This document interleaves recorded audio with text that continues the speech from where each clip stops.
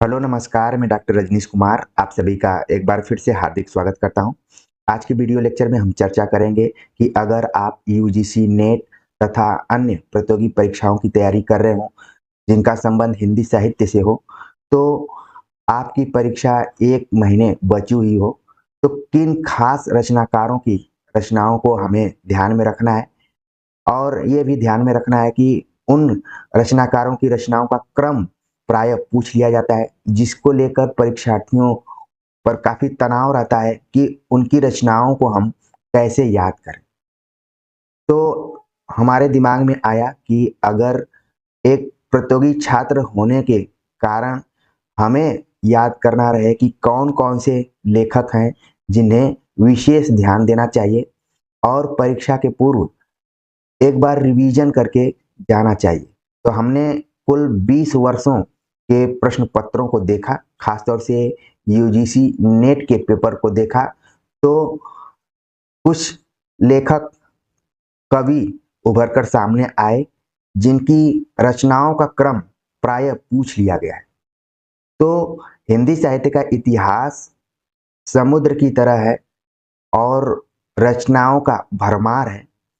फिर भी हमें किन रचनाकारों पर विशेष ध्यान देना है, उनको देख लेते हैं।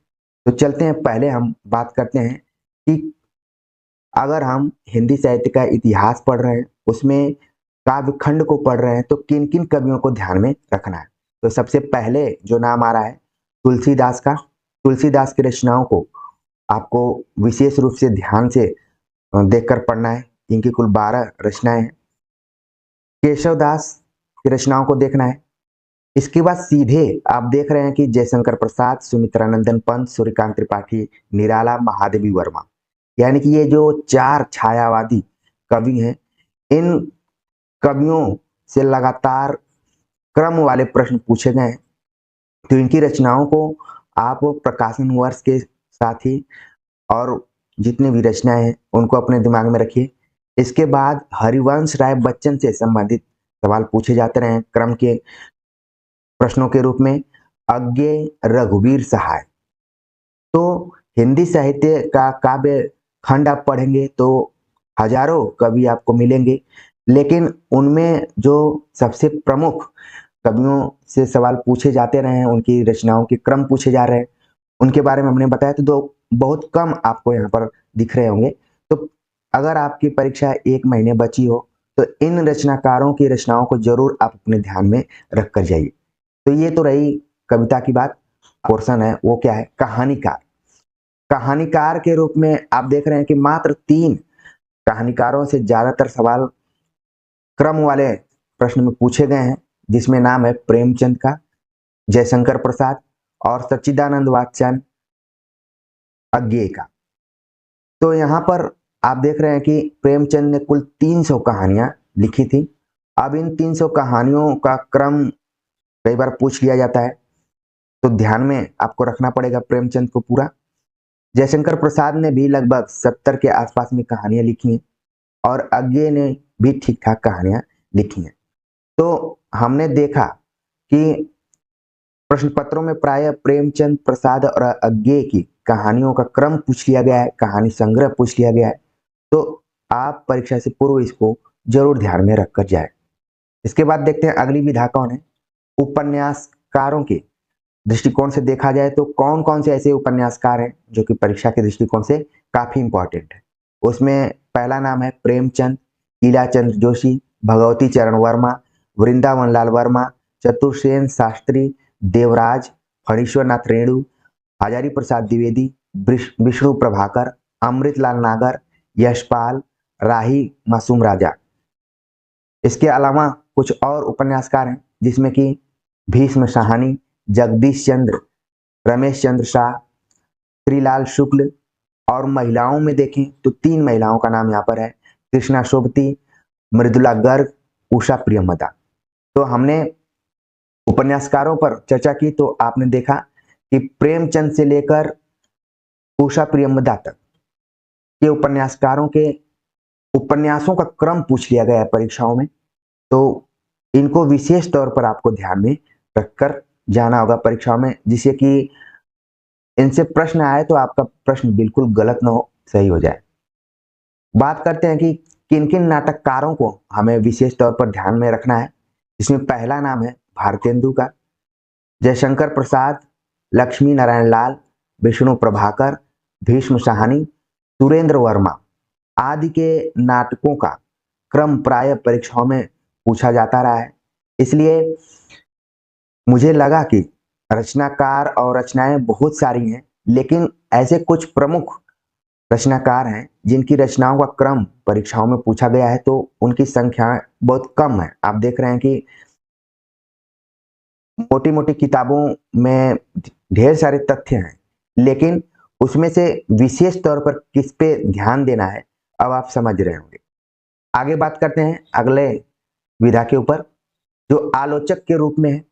आलोचक कौन कौन से फेमस रहे हैं और परीक्षाओं में उनके रचनाओं का क्रम पूछा गया है, जिसमें कि हजारी प्रसाद द्विवेदी, रामविलास शर्मा, नंद दुलारे वाजपेयी, नेमी चंद्र जैन, नगेंद्र नामवर सिंह।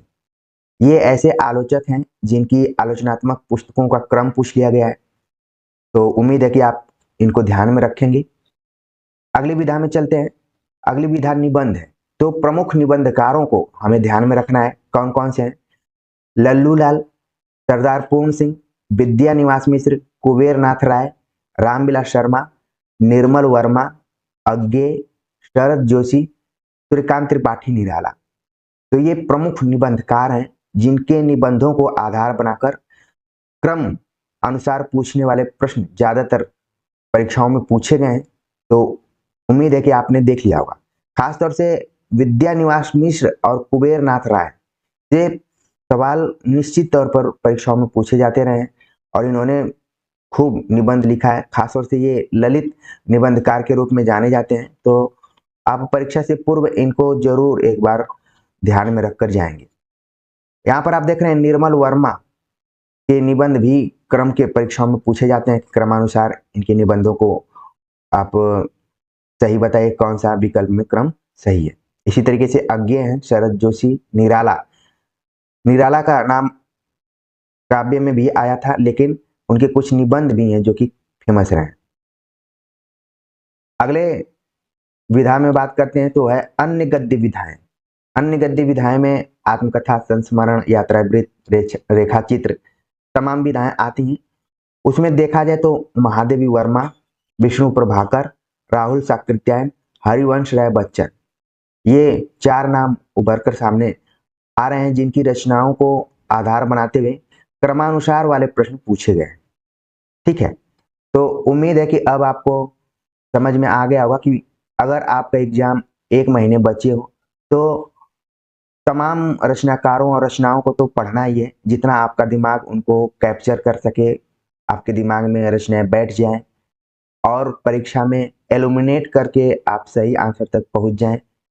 बाकी इन रचनाकारों को आप ध्यान में रखें तो ज़्यादा आपको आसानी होगी, आप अच्छा परफॉर्मेंस करके अच्छा नंबर हासिल कर सकते हैं।